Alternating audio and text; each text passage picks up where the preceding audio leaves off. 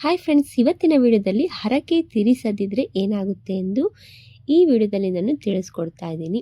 ಹರಕೆ ತೀರಿಸದಿದ್ದರೆ ಏನಾಗುತ್ತೆ? ಮನೆಯಲ್ಲಿ ಏನೋ ಒಂದು ಸಮಸ್ಯೆ ಕಾಡುತ್ತಲೇ ಇರುತ್ತೆ ಹರಕೆ ತೀರಿಸದಿದ್ದರೆ ಅಂತ ಎಂಬುದು ಅನೇಕ ಜನರ ಮನಸ್ಸಿನಲ್ಲಿರುವ ಪ್ರಶ್ನೆ. ಧಾರ್ಮಿಕ ನಂಬಿಕೆಗಳ ಪ್ರಕಾರ ಹರಕೆ ಎಂಬುದು ದೇವರಿಗೆ ನೀಡಿದ ಒಂದು ರೀತಿಯ ಭರವಸೆಯಾಗಿದೆ. ನಿಮ್ಮ ಆಸೆ ಅಥವಾ ಕೋರಿಕೆ ಈಡೇರಿದರೆ ನೀವು ಹೀಗೆ ಮಾಡುತ್ತೇನೆ ಎಂದು ದೇವರಿಗೆ ಹೇಳಿಕೊಳ್ಳುವುದೇ ಹರಕೆ.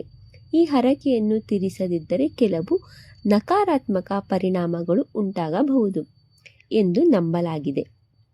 ಪ್ರಮುಖವಾಗಿ ಹೇಳುವುದಾದರೆ ವಾಗ್ದೋಷ. ಹರಕೆ ತೀರಿಸದಿದ್ದರೆ ವಾಗ್ದೋಷ ಬರುತ್ತದೆ ಎಂದು ಹೇಳಲಾಗುತ್ತದೆ. ಅಂದರೆ ನೀವು ಸುಳ್ಳು ಹೇಳಿದಂತೆ ಕೊಟ್ಟ ಮಾತನ್ನು ಉಳಿಸಿಕೊಳ್ಳದವರಾಗುತ್ತೀರಿ. ಪಡೆದ ಫಲದ ನಾಶ.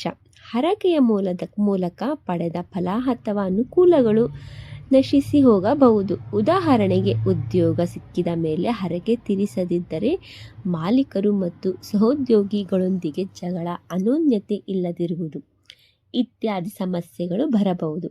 ಕೌಟುಂಬಿಕ ಸಮಸ್ಯೆಗಳು, ದಾಂಪತ್ಯ ಜೀವನದಲ್ಲಿ ಸಮಸ್ಯೆಗಳು ಕಾಣಿಸಿಕೊಳ್ಳಬಹುದು. ಮದುವೆ ಮತ್ತು ಸಂತಾನ ವಿಳಂಬವಾಗಬಹುದು. ಆರೋಗ್ಯ ಸಮಸ್ಯೆಗಳು, ಪದೇ ಪದೇ ಆರೋಗ್ಯ ಸಮಸ್ಯೆಗಳು ಕಾಡಬಹುದು. ಆರ್ಥಿಕ ಮತ್ತು ಇತರ ಅಡೆತಡೆಗಳು, ಮನೆ ಕಟ್ಟುವಂತಹ ಕೆಲಸಗಳಲ್ಲಿ ಅಡೆತಡೆಗಳು ಎದುರಾಗಬಹುದು. ಆರ್ಥಿಕವಾಗಿ ಹಿನ್ನಡೆಗಳು ಉಂಟಾಗಬಹುದು. ಹರಕೆ ಏಕೆ ಮುಖ್ಯ?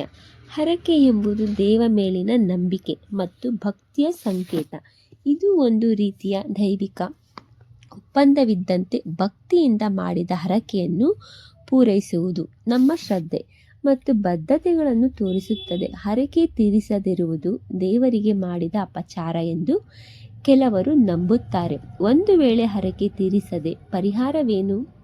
ಹರಕೆ ತೀರಿಸಲು ಸಾಧ್ಯವಾಗದಿದ್ದರೆ ಅದಕ್ಕೆ ಕೆಲವು ಪರಿಹಾರೋಪಾಯಗಳನ್ನು ಸೂಚಿಸಲಾಗುತ್ತದೆ.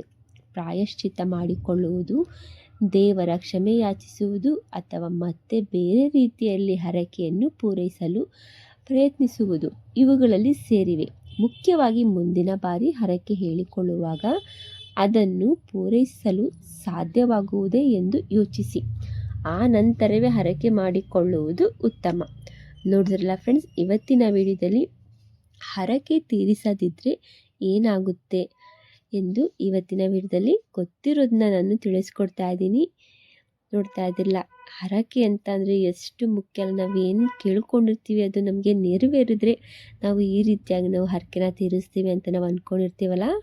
Thank you for the watching. Okay, bye bye.